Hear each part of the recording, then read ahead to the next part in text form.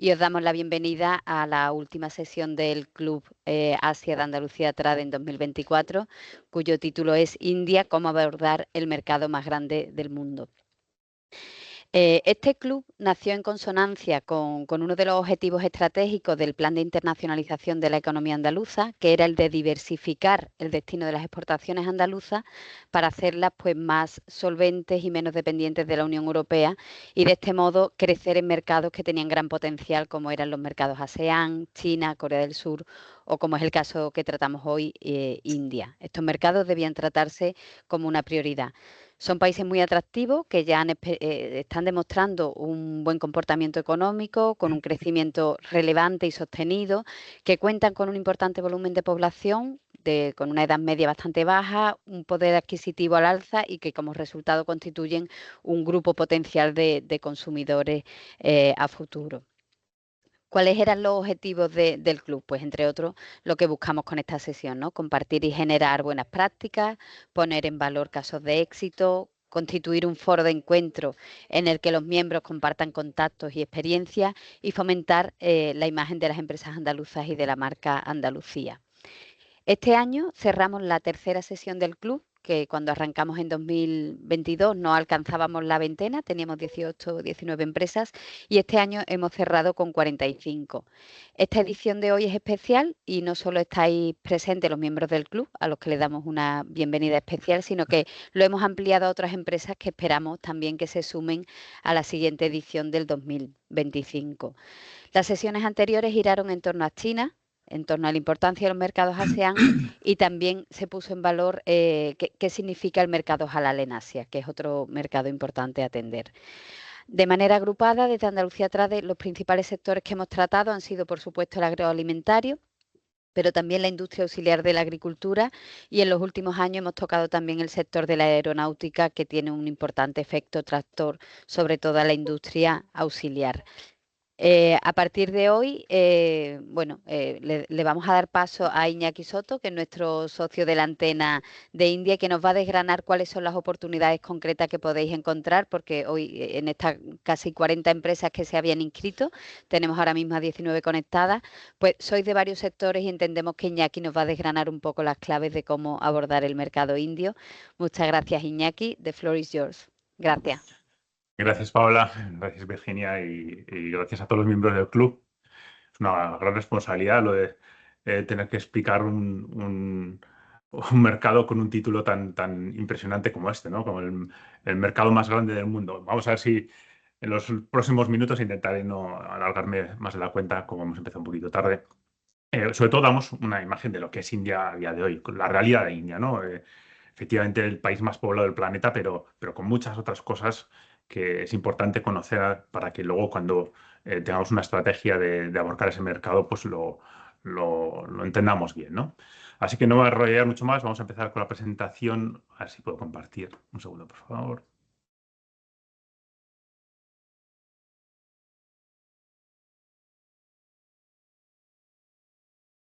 Venga, vamos allá.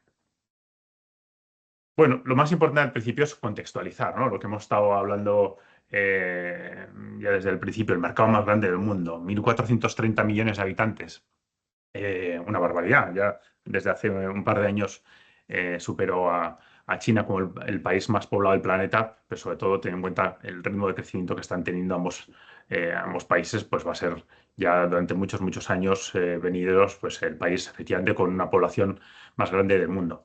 Eh, una población que además tiene sus peculiaridades, no solamente en cuanto a número, uno de cada 6 personas del planeta es indio, casi nada, es una barbaridad, sino que es una población que además es muy joven, extremadamente joven. Y esto nos va a afectar muchísimo cuando vayamos a hablar posteriormente de consumo y quién consume y cómo consume, pues entender que el 50% de la población tiene menos de 25 años es importantísimo, ¿no? Los jóvenes obviamente tienen unos hábitos de consumo radicalmente distintos a la gente de mayor edad.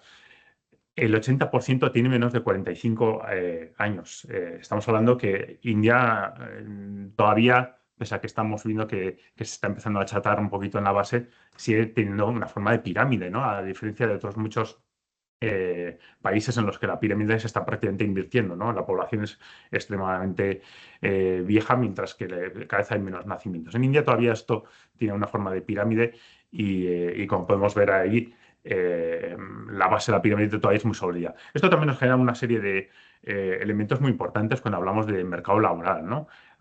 Así como en otros países, estoy pensando, por ejemplo, en China, cada vez hay menos gente joven que está accediendo al mercado laboral. En India no. En India todavía hay una cantidad de gente cada vez más formada que todavía accede cada año al mercado laboral, lo cual hace que se pueda mantener, por ejemplo, una base salarial moderada, ¿no? Como hay mucha competencia, de hecho, todavía hay bastante desempleo juvenil. Cada vez hay más gente formada que está accediendo al mercado laboral y que está demandando empleo. Bueno, vamos a seguir sin enrollarnos demasiado en este sentido. Es muy importante saber que en India la edad media de la población está en torno a los 27 años, cuando en Occidente, por ejemplo, en nuestro país, estamos sobre los 42, 43, y ya en países más envejecidos como Japón están en los 48, 27 contra 48. En China también están sobre los 40, como ejemplo. Pero realmente lo importante es esto, ¿no? Cómo está evolucionando no solamente la población, sino qué población es en la que nos tenemos que fijar. Y aquí les pido que miren la evolución desde el pastel de la izquierda, en el que en el año 2005, hace tan solo 20 años, la clase media baja y la clase media alta, pues era todavía una parte ínfima de la población, sobre un tercio de la población, la clase media alta definida en India como aquellos que tienen unos ingresos entre 6.000 y 30.000 dólares. Una clase media alta para ellos, una clase media normal tirando a baja para nosotros, pero ya hablaremos luego del poder adquisitivo, de la paridad de poder adquisitivo de India. Esos son el público objetivo que para nosotros eh, son los que pueden llegar a demandar determinados productos de consumo, ya más premium. Son aquellos, por así decirlo, que ya no tienen estrecheces para llegar a final de mes y se pueden permitir tomar decisiones sobre sus hábitos de consumo, ¿no? Esa clase media baja, que era el 23%, se va a transformar en una clase media alta ya en el año 2030, aquí a la vuelta de la esquina, prácticamente en 5 años. Y como pueden ver, ya esa clase media alta más la clase alta va a ser prácticamente una población, una parte de la población en torno al 40%, ¿no? Estamos hablando de un público objetivo que está creciendo de forma exponencial. Bueno, tampoco nos vamos a detener mucho en este tema. India es un país, pero deberíamos entenderlo prácticamente como si fuera un continente, ¿no? Como pueden ver aquí, hay 22 idiomas oficiales, no tienen un idioma común en todo el país y de hecho, el hindi, que es el idioma más hablado, tan solo lo hablan en torno a un 40% de la población. Lo bueno que tiene en este caso el no tener un idioma común es que el idioma común que se está utilizando es el inglés como idioma subsidiario, ¿no? Entonces el idioma de los negocios, sin duda alguna, es el inglés y para nosotros es muchísimo más fácil acceder a este mercado en el que el idioma común es un idioma, digamos, internacional. Es importante ver también cómo vive esta población, ¿no? Hemos hablado eh, clase media alta. La clase media alta sobre todo se concentra en los entornos urbanos. Aquí pueden ver en el mapa de la izquierda las principales urbes, destacando las dos grandísimas urbes de Nueva Delhi y Bombay, dependiendo de dónde pongamos los límites, en torno a 20-30 millones de habitantes, pero también hay otras muchas urbes, como pueden ver, que superan los 10 millones y sorprendentemente, o para nosotros muy impactante, es que haya 53 con más de 1 millón de habitantes. Un 35% de la población es urbana, pero sobre todo una población urbana que va creciendo de forma muy, muy rápida. Se dice que en torno a 12 millones de habitantes, y la referencia es toda la población de Londres, migra cada año del campo a la ciudad.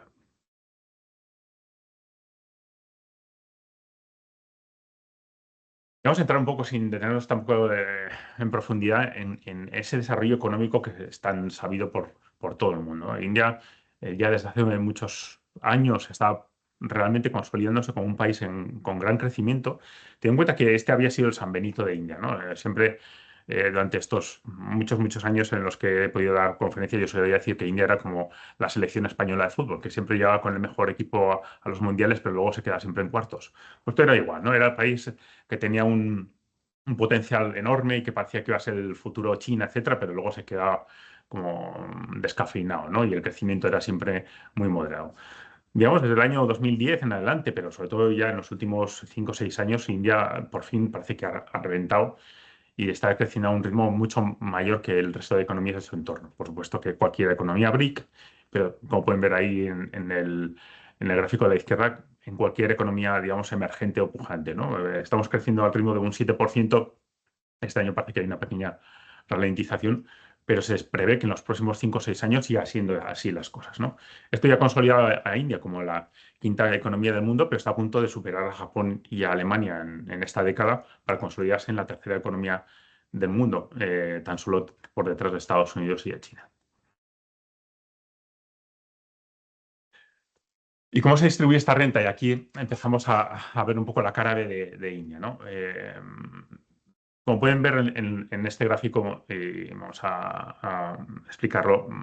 En el color verde pueden ver la población que tiene el top 10 de los ingresos del país, ¿no? Y esa línea tiene un crecimiento enorme. Como pueden ver, en los últimos 10 años ha crecido de poco más de 5.000 dólares de renta per cápita a pues, prácticamente 10.000, mientras que la renta per cápita de la clase más baja en color naranja, pues prácticamente se ha mantenido estable.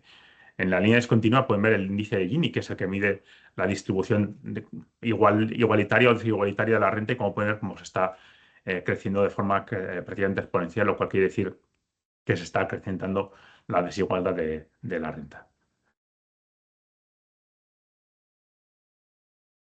Y aquí tenemos un gráfico que nos compara cómo ha sido este crecimiento con relación a la inflación, ¿no? Y este es un tema un poco preocupante para India. Así como durante los últimos años, desde el año 2015 al 2020, el crecimiento de la renta per cápita estaba muy por encima de la inflación, con lo cual había un crecimiento neto muy importante. En los últimos 5 años empieza a haber una mezcla entre crecimiento e inflación a la vez, ¿no? De forma que lo que está creciendo el país en muchos casos nos está transmitiendo en una mejora de la capacidad económica de la gente, ¿no? Está creciendo la renta, pero a la vez están creciendo los precios, de forma que prácticamente con lo que voy cobrando cada año, aunque cobre más, me sigue dando para lo mismo, ¿no? Y este es un tema importante.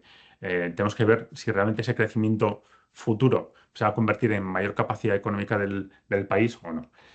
Como pueden ver, la renta per cápita a día de hoy son 2.500 dólares, lo cual es obviamente una cantidad muy, muy pequeña. Si bien en capacidad de poder adquisitivo estamos hablando de prácticamente 10.000 dólares. En India, lo que da la renta, digamos, lo que se puede comprar con esa renta tan exigua es muchísimo más que lo que se puede comprar, por ejemplo, en Occidente. Vamos a entrar un poquito ya en materia de las políticas del país. Ahora mismo acaba de ser reelegido por tercer mandato el gobierno del primer ministro Modi, del BJP. Es un partido eh, de carácter, eh, no voy a decir ultraderechista, pero sí que es ultrarreligioso, hinduista, obviamente, y digamos con políticas un poco alineadas con lo que puede ser Trump o puede ser Bolsonaro o Erdogan, etcétera, ¿no? Un país, el America First, el India First, se traduce en términos indios en programas como el Make in India, ¿no? Que viene a ser, vamos a intentar desarrollar estos 25 sectores que hemos determinado como estratégicos para el crecimiento del país, pero obviamente de la mano de políticas que promulguen o que hagan que se desarrolle, junto con políticas que hagan que sea más complicado competir desde el extranjero. Vamos, lo que está ahora mismo promulgando Trump para el futuro, ¿no? Esto, que fue un programa que se promulgó en el año 2014, tuvo en el año 2020 una versión 2, que fue el Atmanirbhar Bharat, que es básicamente una vuelta de tuerca más, ¿no? Se mejoran los programas con grandísimos programas de inversión en infraestructura, etcétera, etcétera, pero a la vez se suben los aranceles a determinados productos y se dicta una serie de medidas de, por ejemplo, obligatoriedad de contenido local en determinados productos, en blindarse el país a la inversión extranjera en determinadas cosas, sobre todo inversión extranjera de los países vecinos, obviamente China es el objetivo fundamental, etcétera, ¿no? O sea, es una mezcla entre un programa positivo, el de la mejora de la competitividad, con un programa con un carácter más conservador o proteccionista, ¿no? India, de hecho, ha ido en los últimos años dando una serie de tumbos, ¿no? Este año 2019 que pueden ver en este slide es justo la reelección de Modi en el primer mandato, 2014-2019, son de 5 años, y a partir de 2019 el país se vuelve ultraconservador, ¿no? Y coincide justo también con el COVID, esta política neoliberal barata que les acabo de explicar, subidas de aranceles, etcétera. Pero a la vez, en esta década que estamos viviendo con tantísima turbulencia, ocurren acontecimientos en el panorama internacional que hace que el gobierno indio se replantee la situación, ¿no? De repente, India se abre una oportunidad maravillosa para ganar un peso geoestratégico en el mundo impresionante, ¿no? El COVID hace que la gente se plantee el escenario este de China más uno y ese más uno, India intenta que sea él. Em, la guerra de Ucrania hace que todo el bloque del este, sobre todo, por supuesto, en Rusia, sea vetado por muchísimas economías y India intenta posicionarse de lo que ellos llaman mirarlo desde la barrera o mirar desde la barandilla lo que está ocurriendo, viendo lo que están ocurriendo entre los dos bloques, queriendo quedar bien con ambos dos, sin cerrarse la puerta de poder colaborar con ninguno de ellos. Esto lo que hace es que India decida cambiar un poco el rumbo y decir que este es el momento para mí para abrir acuerdos de gran alcance con determinados países que para mí son muy importantes, haciendo que India gane esa cuota que están perdiendo otros países, ¿no? Entonces empieza a firmar acuerdos de libre comercio con las Islas Mauricio, que es un grandísimo inversor en India, es un paraíso fiscal que se utiliza para invertir en India, pero sobre todo acuerdos ya más importantes como lo que pueden ser de Australia, Emiratos Árabes, y empieza a negociar acuerdos con el Reino Unido, con la Unión Europea. Con la Unión Europea, un acuerdo que estaba aparcado desde hacía muchísimos años y se intenta negociar. ¿Dónde llevarán estos acuerdos? Pues ya veremos. Obviamente es positivo el que se estén intentando firmar estos acuerdos. Lo que ocurre es que es muy difícil llegar a un acuerdo con una economía desarrollada como pues, la Unión Europea o el Reino Unido. El de Reino Unido se pensaba que iba a ser firmado hace 2 años, prácticamente estaba para ser rubricado el diablo a veces está en los detalles, ¿no? Y llevan 2 años parado en el que no han sido capaces de firmar y, irónicamente coincidiendo con la llegada al gobierno del Reino Unido de un primer ministro indio o de origen indio. Ahora ya no está y parece que eso se está entendiendo como un aspecto positivo y que puede relanzar de nuevo las negociaciones. Con la Unión Europea, pues parece que hay muchísima voluntad. Lo que ocurre es que es muy complejo llegar a un acuerdo con la Unión Europea, porque la Unión Europea no solamente negocia aspectos comerciales, sino que también busca hacer un acuerdo muy comprensivo con temas sociales, con temas de propiedad intelectual, etcétera, etcétera. Y en ese sentido, pues es muy complicado, ¿no? Llegar a un acuerdo final, con lo cual, pues está bien que se siga avanzando, pero ya veremos dónde acaba el tema. Y vamos a entrar un poco en materia. Como bien ha dicho antes Paola, vamos a intentar ser pragmáticos y, aunque sea esbozando, hablar de dónde están las oportunidades sectoriales en determinadas cosas. La primera de todas, vamos a hablar de infraestructura, ¿no? Eh, cuando un país se quiere desarrollar de la forma en la que se quiere desarrollar, India lo primero que tiene que hacer es, obviamente, pues, invertir fuertemente en modernizar el país. Un país en el que, sin duda alguna, las infraestructuras, a diferencia de, por ejemplo, de China, etcétera, han sido las grandes deficitarias, perdón. Todo el mundo que ha ido a India pues ha sufrido lo que significa ir por carretera todo el mundo tiene en mente las famosas imágenes de la red ferrocarriles India, ¿no? A qué velocidad se mueven los trenes. Creo que, si no recuerdo mal, es en torno a 35 kilómetros por hora, lo que hace un tren de mercancías debido, pues, a la deficitaria infraestructura, etcétera, etcétera, ¿no? De hecho, todo esto combinado en muchos casos hace que India no sea muy competitiva. Los costes logísticos en India se habla que es en torno al triple que los costes logísticos en China, ¿no? Con lo cual, por muy competitivo que sea yo fabricando un producto o produciendo una commodity, un bien alimentario, si luego necesito pagar una barbaridad por mis logística hasta llevarla al puerto o a lo que sea, pues prácticamente mi competitividad se ha ido al garete, ¿no? Entonces, esto es un tema que India, sin duda alguna, tiene que fomentar. Aquí estamos viendo oportunidades en un par de sectores, como puede ser ferrocarriles y carreteras, obviamente, pues, temas de tamaño del país, la cuarta red de ferrocarriles más extensa del mundo, la segunda de carreteras, pero sobre todo lo más importante son los grandísimos proyectos de modernización que está habiendo en el país. Por ejemplo, en carreteras hay un plan para construir 83.000 kilómetros de carreteras, ¿no? En ferrocarriles exactamente lo mismo, tanto en parte de infraestructura como en la creación de una grandísima red pan-india de transporte de mercancías que no tenga que compartir el transporte de mercancías con el transporte de pasajeros, que en India se utiliza muchísimo el transporte por ferrocarril por motivos obvios, sino también modernización de los trenes, ¿no? Hay grandísimos planes para el desarrollo de una semi-red de trenes de alta velocidad fabricados en India.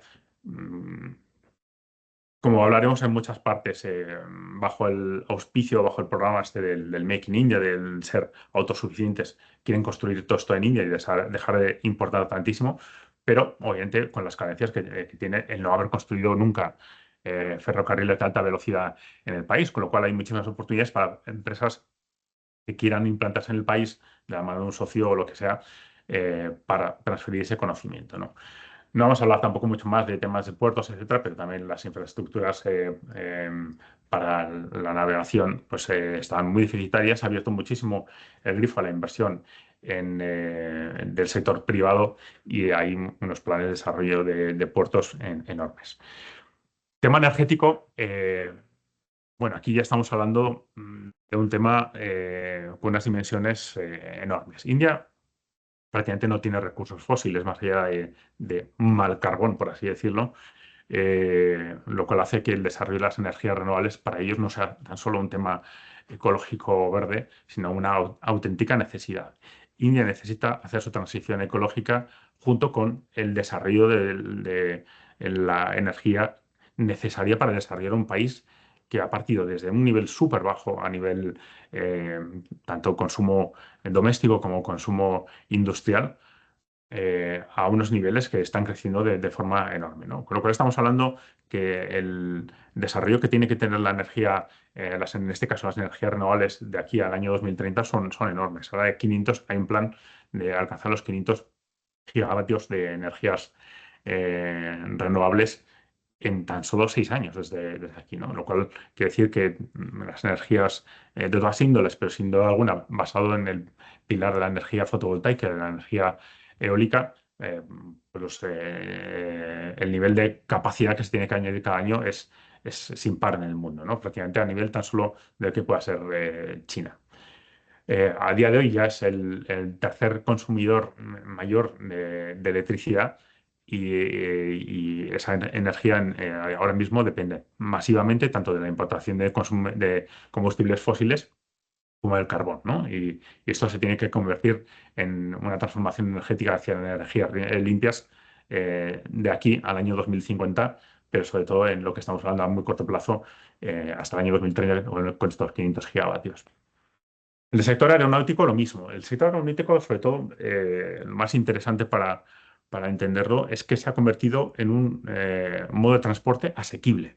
Prácticamente toda la población ahora mismo se puede permitir pagarse un billete de avión para desplazarse por toda India. India, que obviamente estamos hablando de un país que tiene más de 3.500 kilómetros norte-sur y este-oeste. Es un rombo, ¿no?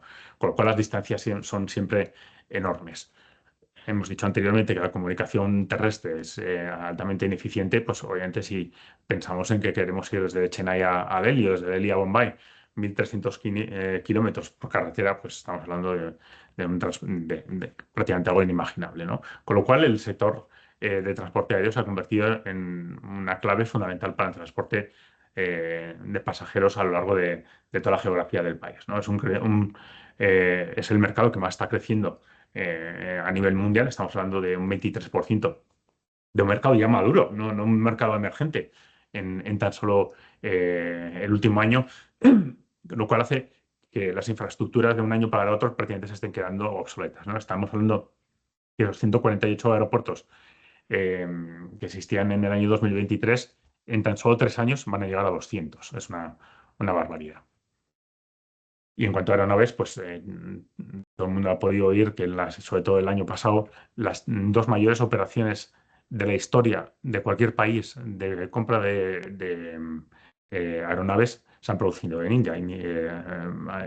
Airbus, perdón, Air India anunció la mayor adquisición de aviones, tanto de Airbus como de Boeing, en la historia, y un mes más tarde Indigo lo superó con la adquisición de 700 aparatos en un periodo de tiempo, creo que era así, en 10 años, si no recuerdo mal.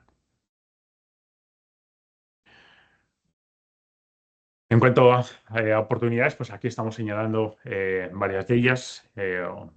Obra civil, obviamente, que lo que hemos estado hablando de toda esta red de ferrocarriles, de carreteras, etcétera. Energías renovables, un mercado en el que España, sin duda alguna, es líder, sobre todo en el sector eólico, y que va a tener un recorrido enorme en los próximos años, pero sobre todo de forma muy sostenida. O sea, India, como he dicho, depende de las energías renovables para el desarrollo de su país. Smart Cities, un programa muy ambicioso de convertir 100 ciudades indias en ciudades inteligentes, y comunicaciones, pues lo mismo. ¿Qué desafíos trae estos sectores? Pues bueno, un poco lo que hemos hablado anteriormente, ¿no? Estas políticas proteccionistas están haciendo que muchos de estos sectores, en los que encima hay eh, subastas públicas, adjudicaciones vía licitación, etcétera, pues estén restringiéndose a países extranjeros. De forma que eh, si yo quiero poder acceder a estos concursos, en muchos casos me veo obligado a tener que hacer un partnership con una empresa local. Aparte de esto, pues luego está la complicación de que son contratos públicos, y en India el gobierno pues es mal pagador en general, no solamente el gobierno central, sino el gobierno estatal, ¿no? Con lo cual puede generar pues complicaciones en este sentido. Estos son, digamos, los desafíos más importantes en este sector. Con lo cual, pues se aboca a que la estrategia tenga que un poco cubrir estos desafíos, ¿no? En este sector, probablemente más que en ningún otro, es importante buscarse un partner local. En este caso, digo más que en ningún otro porque en muchos casos es obligatorio, ¿no? Si quiero hacer un negocio con la industria pública o con la empresa pública de ferrocarriles, pues está restringido a las empresas locales, con lo cual voy a tener que hacer o una joint venture o implantarme en India o hacer un acuerdo de transferencia tecnológica con un partner local. La implantación local, pues bueno, dentro de lo que cabe es relativamente sencilla. Para que esté más interesado, luego podemos hablar un poco más en detalle, pero no es una implantación que requiera pues tener que tener un socio local obligatoriamente, ni tener ningún tipo de estructura determinada. Digamos, es muy flexible, más allá de que obviamente pues una implantación no es algo que se pueda tomar una empresa, digamos, de forma no planificada, ¿no? Sobre todo en India es muy importante, y hablaremos luego, ser muy escrupuloso con la legislación. Más importante de todo es, digamos, el último mensaje, ¿no? Eh, Hay que tener un approach de tecnología global, tecnología internacional, digamos, en este sentido, con gestión local, ¿no? Hay que aprender que India en muchos casos requiere una estrategia totalmente específica. No nos vale, digamos, pensar en que como este producto o esta tecnología ha funcionado en el extranjero, en otros mercados, etcétera, o en el mío propio en España, va a funcionar en India. India necesita una estrategia determinada, ir a entender lo que hace falta, en qué puedo ser competitivo. En muchos casos, India es extremadamente sensible al precio, con lo cual tendré que tener una tecnología muy competitiva, pero a la vez muy eficiente en cuanto a coste, ¿no? Proseguimos.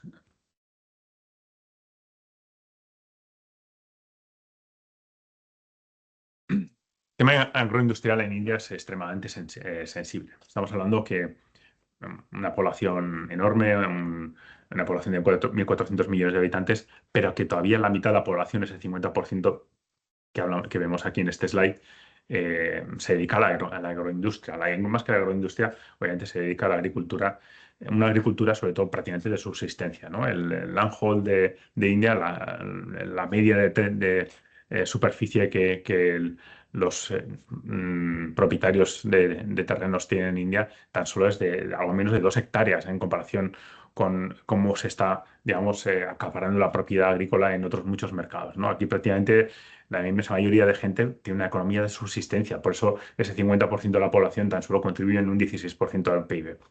Sin embargo, no hay que olvidar que India es un país extremadamente fértil, con lo cual produce muchísimas frutas y verduras de muy buena calidad que se están exportando al mercado, ¿no? Es el segundo mayor productor mundial de frutas y verduras y el quinto mayor mercado de consumo. Eso realmente nos tiene que hacer ver que es un mercado muy goloso para nosotros.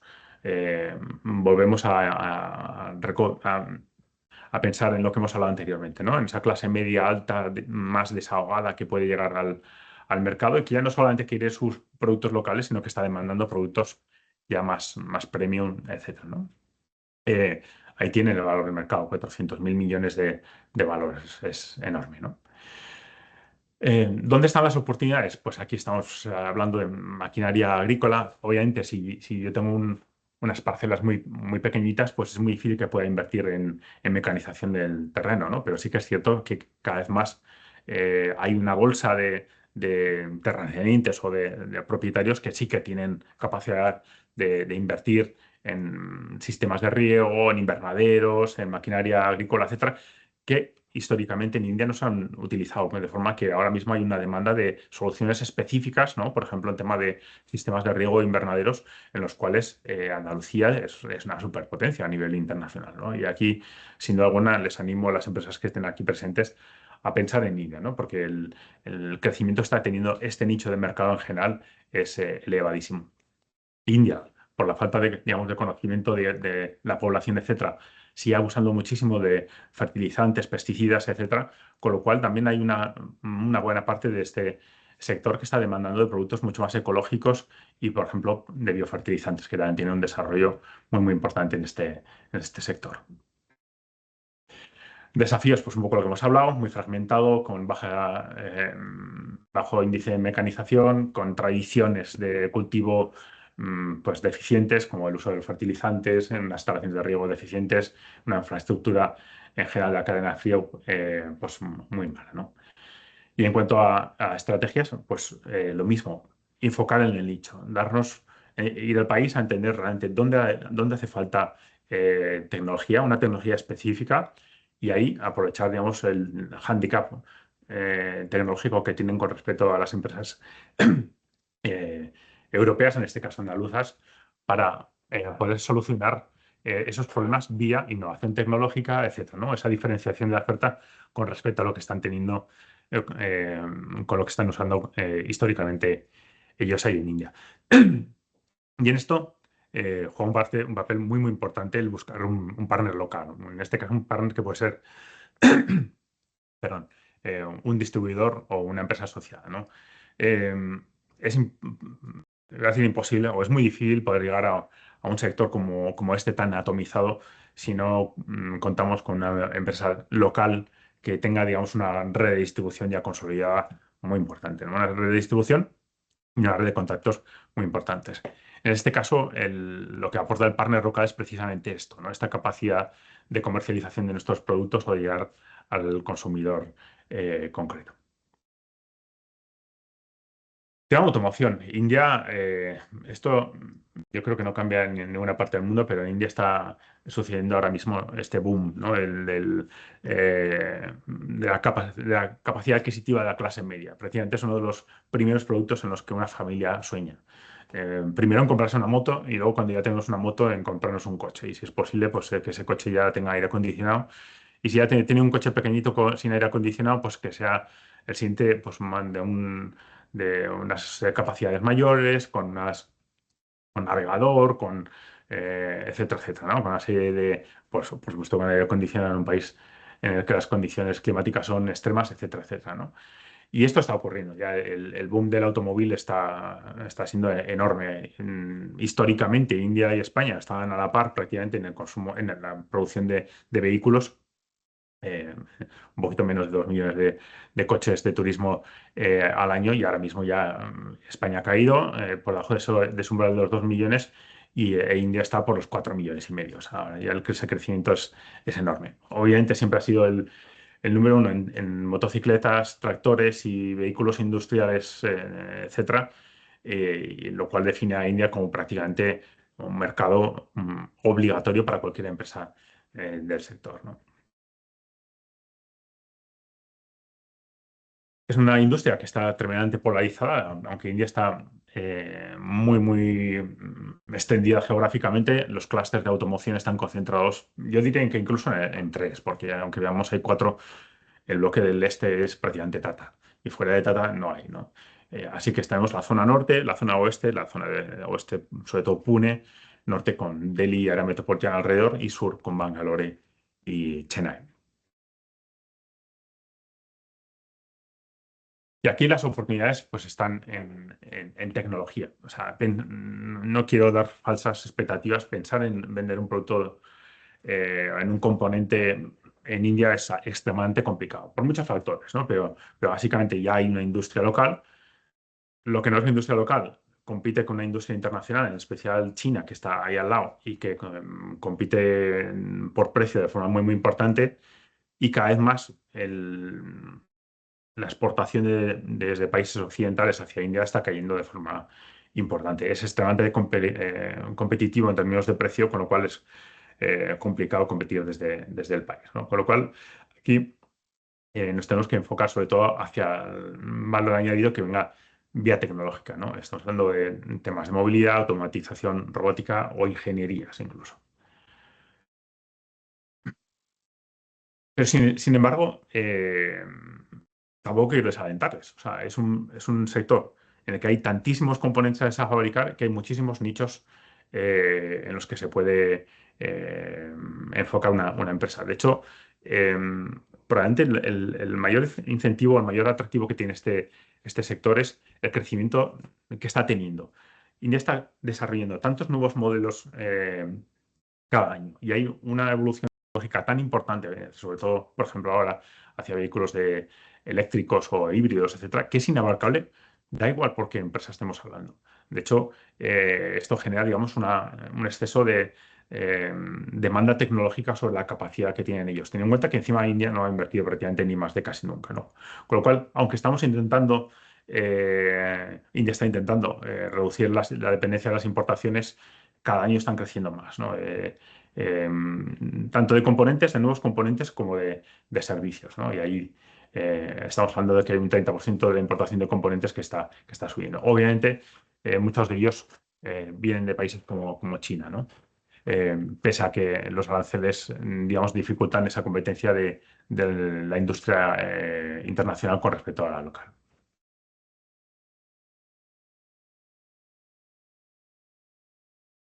Volviendo a la estrategia, a la mejor estrategia para afrontar este mercado, pues nos volvemos a repetir con muchos otros. Y ese probablemente sea el mejor mensaje para India, ¿no? Hay que buscar los nichos donde hay necesidad, y los hay muchísimos. Hay muchísimas empresas que están buscando oportunidades vía partners locales, por ejemplo, y que se están desarrollando de forma muy importante en India. Probablemente exportar componentes es complicado, exportar tecnología es muchísimo más fácil, y para ello, pues a veces la mejor estrategia es hacer joint ventures o transferencia tecnológica. En cuanto a alimentación, pues aquí sin duda alguna está habiendo una revolución muy importante. Esa clase media obviamente está demandando nuevos productos. Esos nuevos productos se tienen que desarrollar sobre canales de distribución más modernos. Em, Siempre digo la misma anécdota. Hace 10 o 15 años, el tiempo pasa volando. Yo los fines de semana los aprovechaba para ir a 2 horas al centro de las ciudades a comprar yogures, y ahora podría comprar yogures en menos de 10 minutos en 10 tiendas. O sea, hay una transformación enorme eh, del comercio retail organizado. Si bien todavía depende muchísimo del comercio no organizado, pero el crecimiento de lo organizado está siendo exponencial. No muy fuerte, está siendo exponencial. Comercio organizado que puede ser vía retail o puede ser también a través de e-commerce, ¿no? Entonces, lo más importante en este sentido es el crecimiento brutal de la mano de la urbanización y de esta clase media. En cuanto a desafíos, pues lo que estamos diciendo todavía sigue dependiendo en una medida muy importante del sector no organizado. Eh, los alimentos procesados todavía están muy por debajo del porcentaje de consumo de los países occidentales. Estamos hablando del 10-15% en comparación con un 70% de los países occidentales. Muchas veces de la mano de que es muy difícil distribuirlos por las deficiencias, sobre todo en cadena de frío que hay en el país. Y desde nuestro punto de vista, la mayor dificultad viene de la mano de los aranceles que aplica India a determinados productos, ¿no? Si nuestros productos, en lugar de tener un 40% de aranceles, como pueden tener el aceite de oliva, tuvieran un 10 o un 5%, pues sin duda alguna serían infinitamente más competitivos y habría un porcentaje de la población muchísimo mayor que sería capaz de afrontarlos.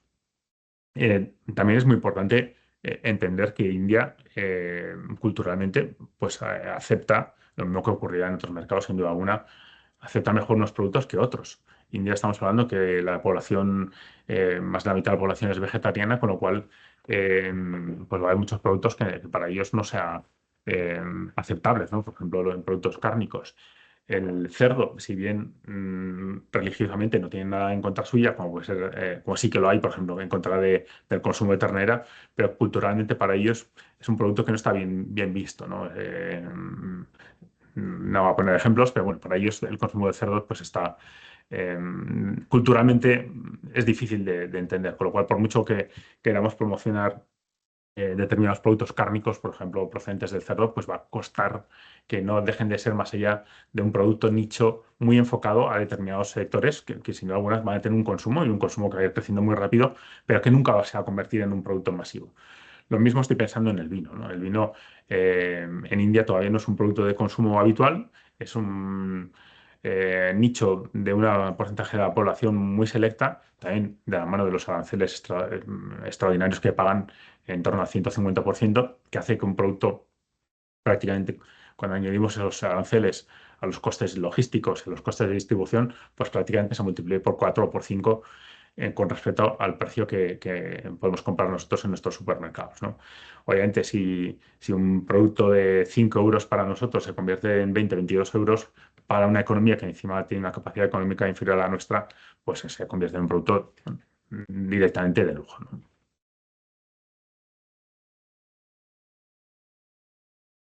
Las oportunidades, sin duda alguna, van a estar en estos nichos, ¿no? En estos nichos gourmet, que cada vez hay un porcentaje de la población más importante que lo está demandando. De hecho, acabamos de regresar de India de una misión comercial con empresas murcianas en este caso. Y sin duda alguna se están demandando nuevos productos que hace unos pocos años no se están hablando, ¿no? Por ejemplo, en este caso, tomate seco pues era un producto que ahora mismo está muy demandado, o por ejemplo trufas o derivados de trufa, mejor dicho, eh, que sí, podemos entender que son productos ya muy selectos, muy gourmet y que han caído muy bien en India, ¿no?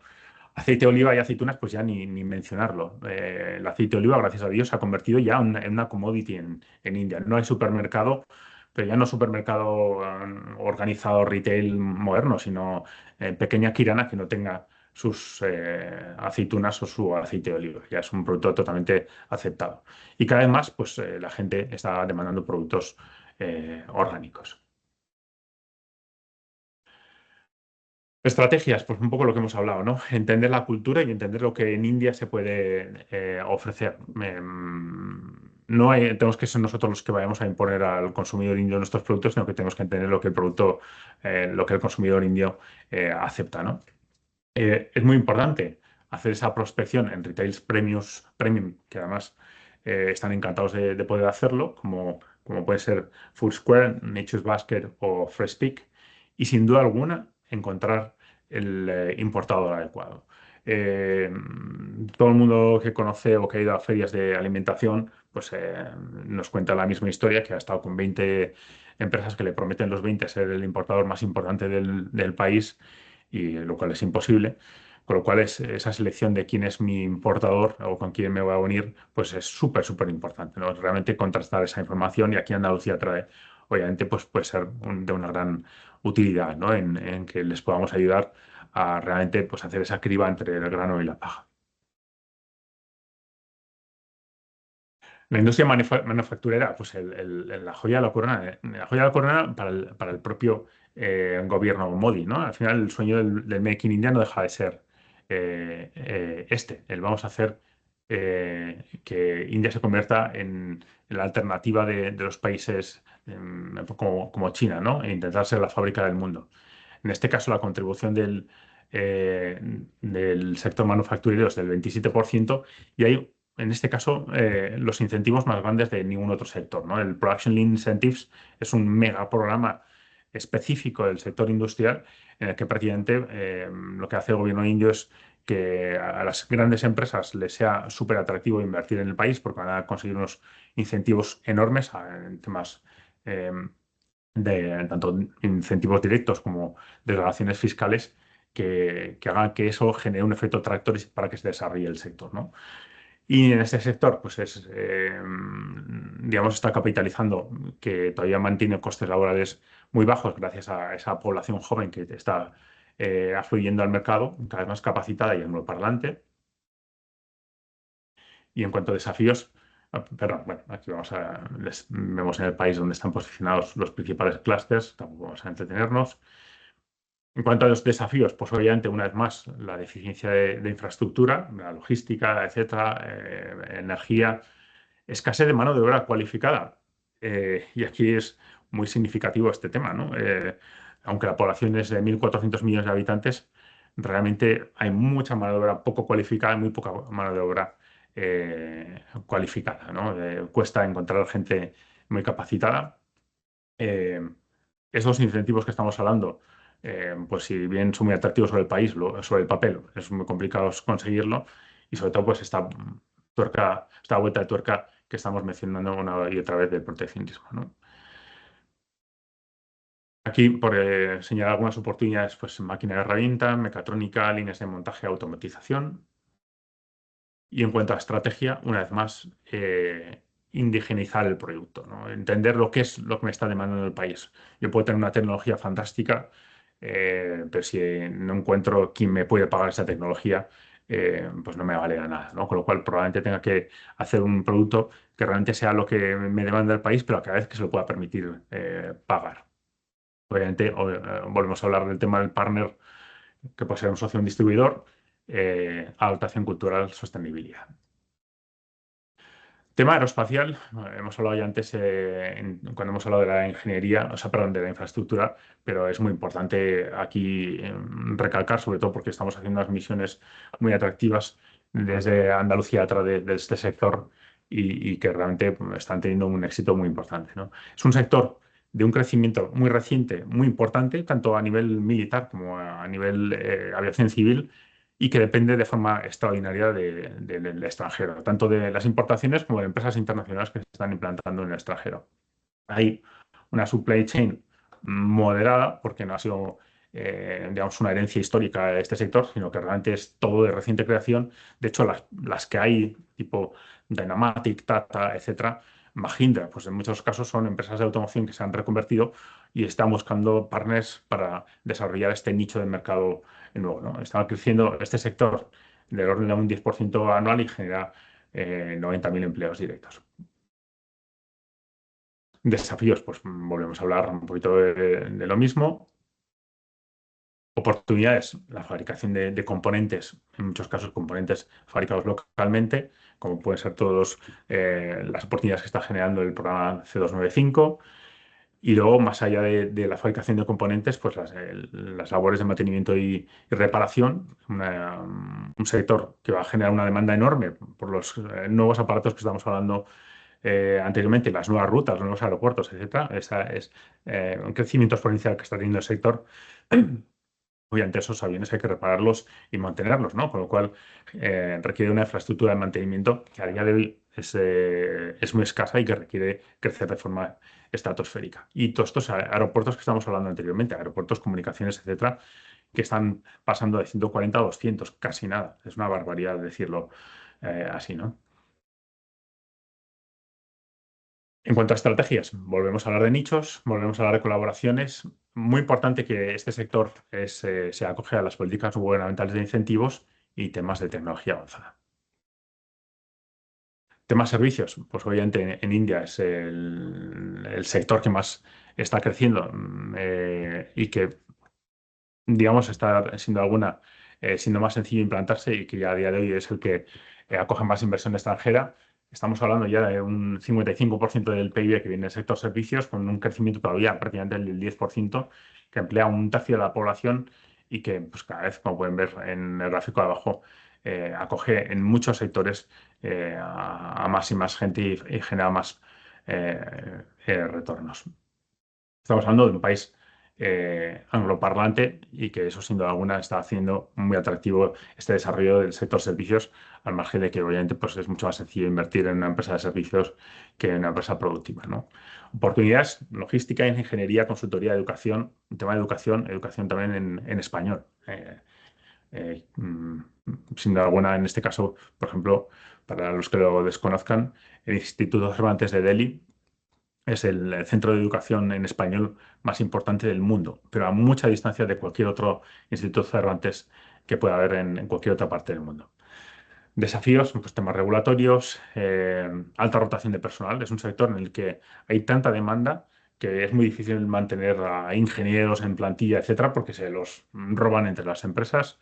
Y luego, pues de nuevo, cuando estamos hablando de un sector con una tecnología muy avanzada, por mucho que tengamos los estereotipos en mente de que los indios son muy listos y que son grandes programadores, etcétera, yo les prometo que es más bien un estereotipo que tiene más de mito que de realidad, ¿no? Obviamente hay gente muy bien capacitada y muy competitiva, pero que obviamente viene de la mano de que hay mucha gente, más que de que todos sean muy listos y muy cualificados.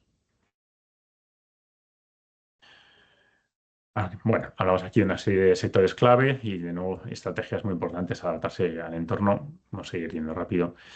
Y aquí vamos a avanzar o vamos a resumir las tendencias que hemos hablado anteriormente, ¿no? Están creciendo los ingresos medios, población urbana, está cambiando muchísimo la composición de la familia, la mujer ya no se queda en casa yendo al mercado a comprar productos frescos, etcétera, etcétera, sino que ahora ya hombres y mujeres, sobre todo de esta clase media alta urbana, trabajan a ambos y no tienen tiempo de ir a hacer la compra, con lo cual tienen que comprar en un sitio donde les favorezca pues eso, comprar muchas cosas muy rápido, como puede ser un comercio moderno o incluso el comercio online. De hecho, hoy estaba leyendo un artículo en el que decían las propias tiendas de retail que están viendo cómo su crecimiento está siendo un poco puesto en riesgo porque la gente ya compra frutas y verduras más online que en el comercio retail. Este desarrollo de comercio moderno está ya no solamente ocurriendo en las grandes ciudades, sino también en las Tier 2, Tier 3, esas megaciudades que hemos hablado anteriormente. Después del COVID están cambiando los hábitos de consumo, sobre todo hacia sostenibilidad y salud y más salud. Comercio online, que hemos hablado anteriormente. Venta uniconal. No hay empresa retail que no tenga también su distribución online. Y la demanda, pues cada vez más de productos de marca, ¿no? La gente ya no solamente quiere cubrir sus necesidades, sino que quiero, pues, diferenciarme de la gente. Formas de acceso al mercado, pues hemos hablado ya bastante, ¿no?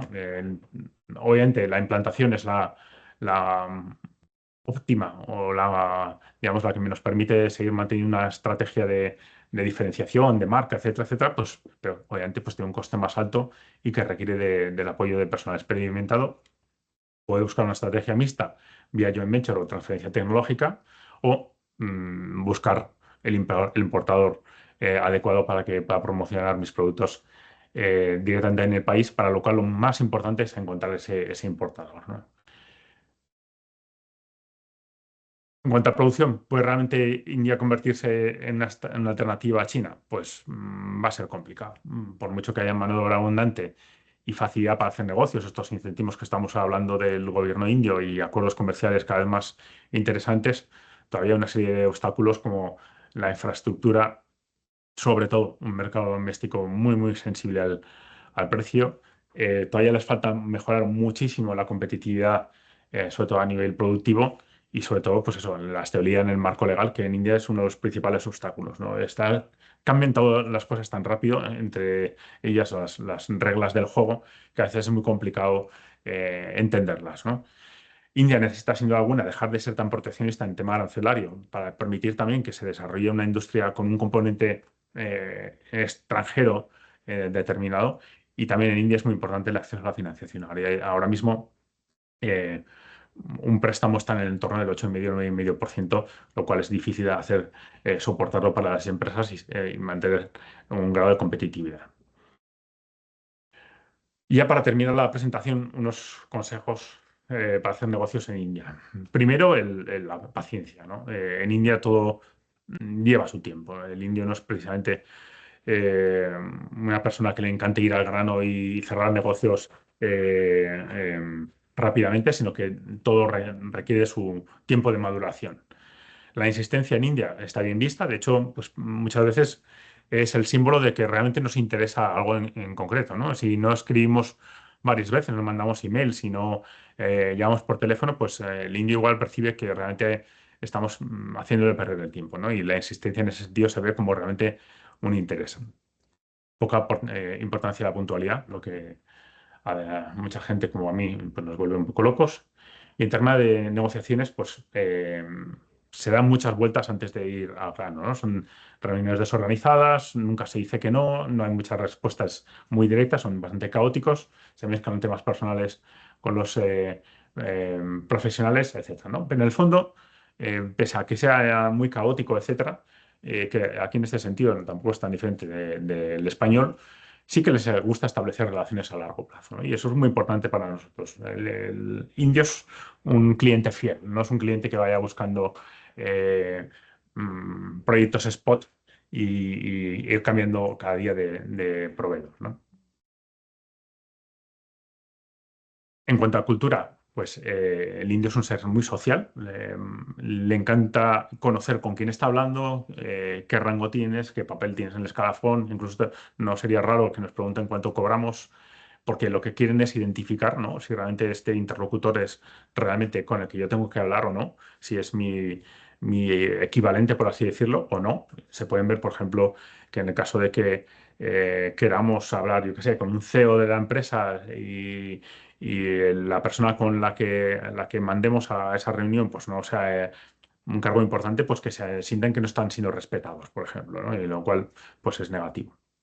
Temas culturales muy importante, tanto el tema de la región, por ejemplo, en este sentido, como su percepción de país, ¿no? Ahora mismo India tiene un concepto de potencia en ciernes, por así decirlo, mucho más que de un país emergente o subdesarrollado. Para nada tienen ese concepto de sí mismos. En cuanto a los negocios, pues obviamente muy importante el entender las reglas del juego. Aquí dos temas muy importantes, tanto la burocracia como el tema del compliance.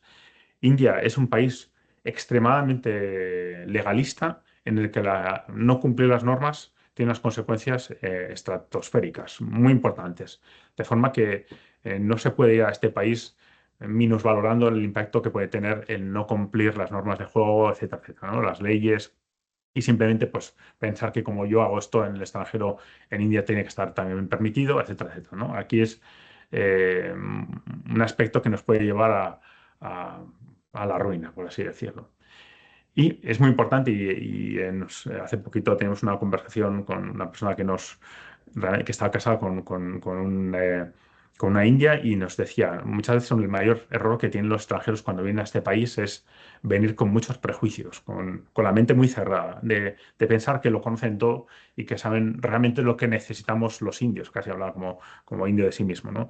Cuando realmente es lo contrario. De aquí los extranjeros tienen que venir a ver el país, entenderlo y entonces ver dónde están las oportunidades que los indios necesitan, ¿no? Que hay muchísimos nichos de oportunidades, pero los occidentales tienen que tener esa capacidad de venir al país a entenderlo, ¿no? Y sin duda alguna, añadir esa paciencia que estábamos hablando.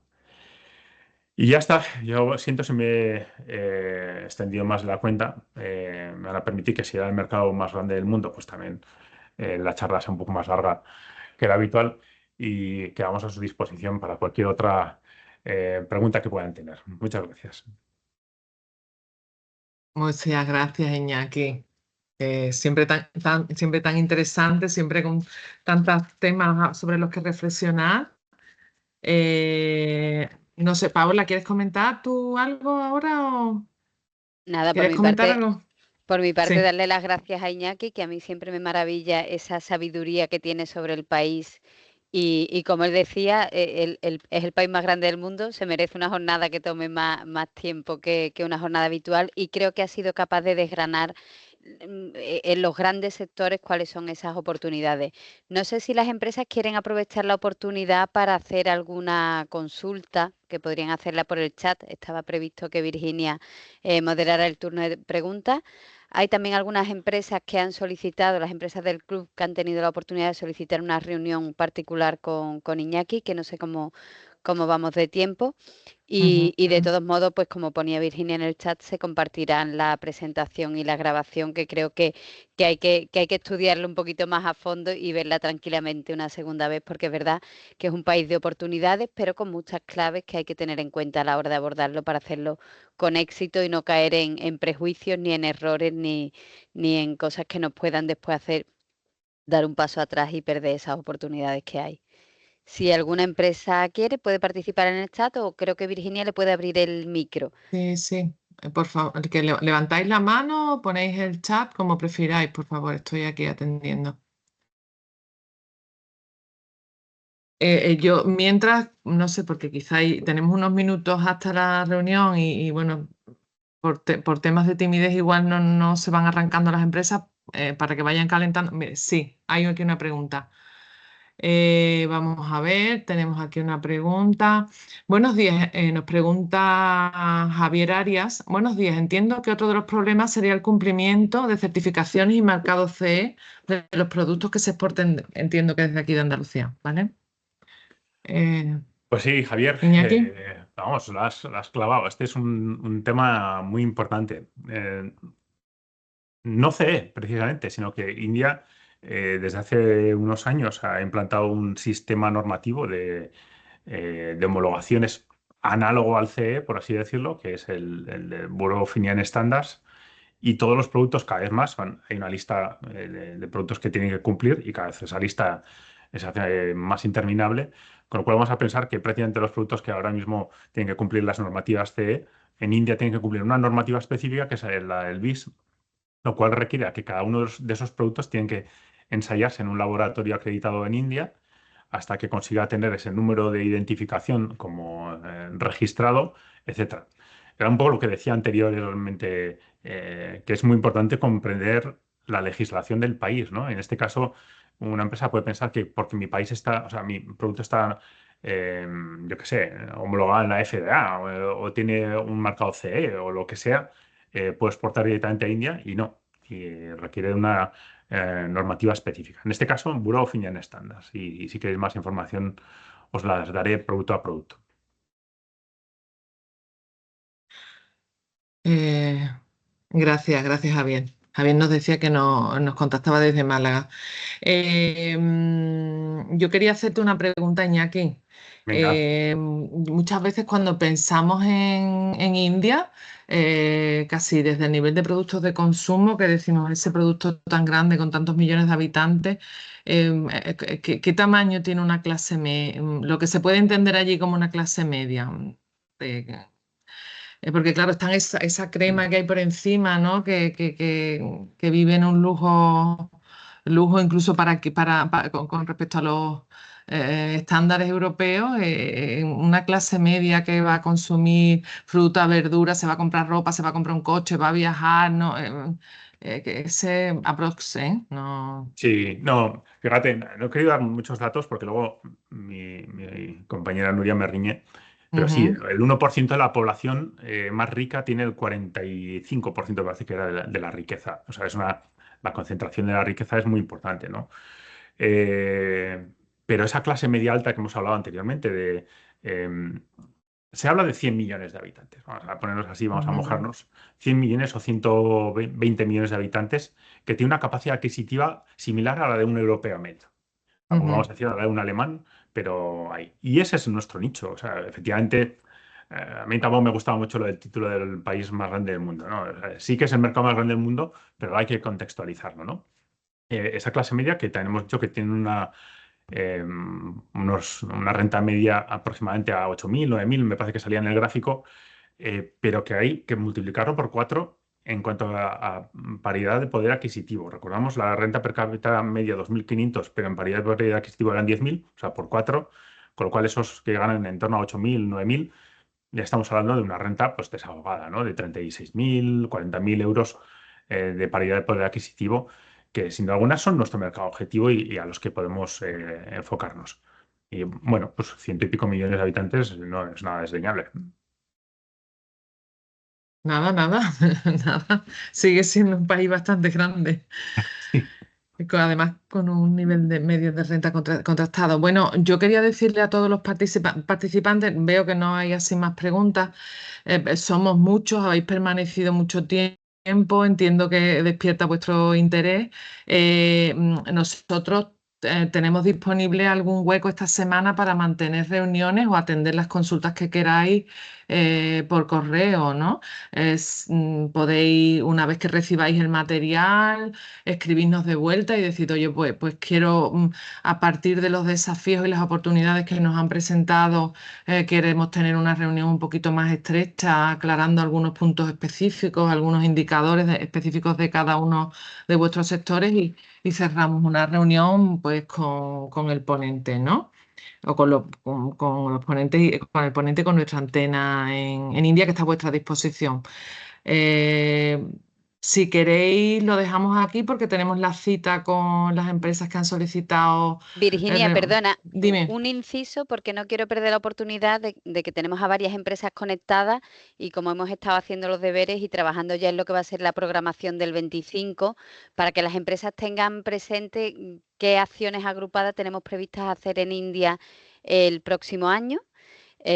Comentarles que en el primer trimestre tenemos prevista una acción del sector aeronáutico y una visita prospectiva en el marco de la feria AHAR en India, que esto será en el mes de marzo, y después ya estudiaremos pues, la posibilidad de hacer una misión estudio de implantaciones, porque es un tema que tenemos ahí en el banquillo, pero que Iñaki nos insiste que es un gran nicho de oportunidad, empresas que tengan previsto implantarse, y también tendremos una misión multisectorial, ya metiéndonos en el segundo semestre, y una misión degustación aceite de oliva, que algunas de las empresas, aceite de oliva y aceituna, seguramente, algunas de las empresas que estáis en este grupo ya habéis participado en años anteriores.